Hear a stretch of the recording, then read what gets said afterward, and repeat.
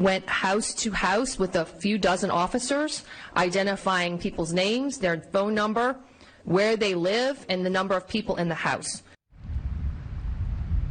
Now, right now, 1 million people, more than 1 million people throughout Louisiana are without electricity, and officials say that's going to be the norm for the next couple days, if not weeks, until they get power fully restored.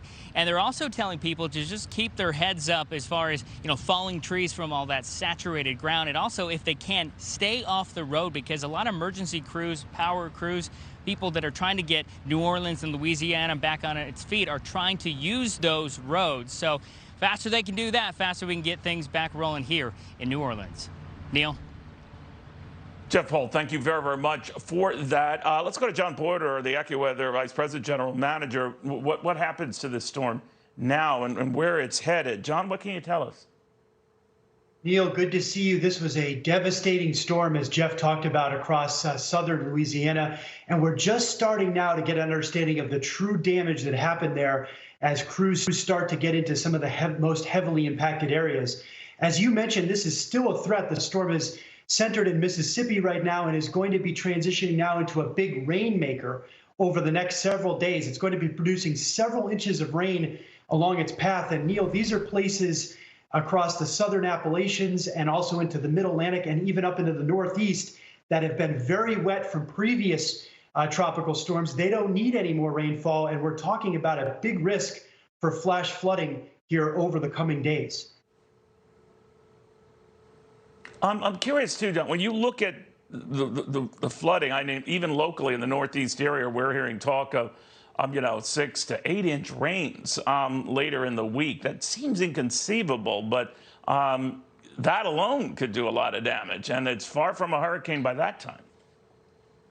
Neil, that's right, and that's a key point we really have been stressing here at AccuWeather, is for everyone to be prepared in front of Ida's path, because sometimes people have a tendency to say, well, now the storm's inland, it's going to be less of a threat. Completely the opposite situation here. Still going to be a threat for days to come.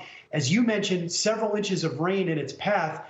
These are places that are going to create the risk for additional flash flooding in the mountains of the Carolinas, for example, already hard hit from Fred. We're talking about the risk for mudslides once again. And there was so much flash flooding in northern New Jersey and the New York City area from Henri that several additional inches of rain, as Ida's moisture streams north and intersects with another storm, it's going to be a dangerous situation here where water can quickly rise in cities and also communities as well. People forget, John, I guess we're a long way from the end of the hurricane season, goes to November 1st or thereabouts. How's it looking to you right now? Unfortunately, as we've been talking about for months here at AccuWeather, this is shaping up to be an active season, not necessarily as active as last year's record-setting year, but still been above normal in terms of the number of storms and number of U.S. impacts. And Neil, I'm afraid as we take a look into the future here, later into September and October, it looks like conditions could become even more favorable for storms to develop. So it looks like as we head into the peak of the season, which is on September 11th, and then thereafter, it looks like it's going to remain pretty active. So we want to remind everybody to keep up to date on where all those storms are located and be prepared, as it's likely, unfortunately, there's going to be additional impacts.